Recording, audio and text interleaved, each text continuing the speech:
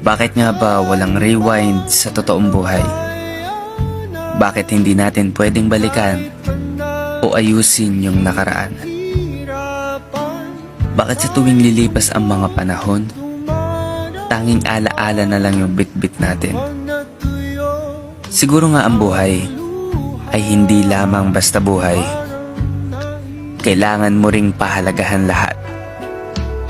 Kumbaga, ihalin tulad natin sa isang litrato. Maaari natin siyang makita, maalaala, ngunit hindi na natin pwedeng balikan. Tanging litrato na lang ang sumisimbolong istruktura ng nakaraan na siyang humuhulma sa masasayang araw na kasama siya.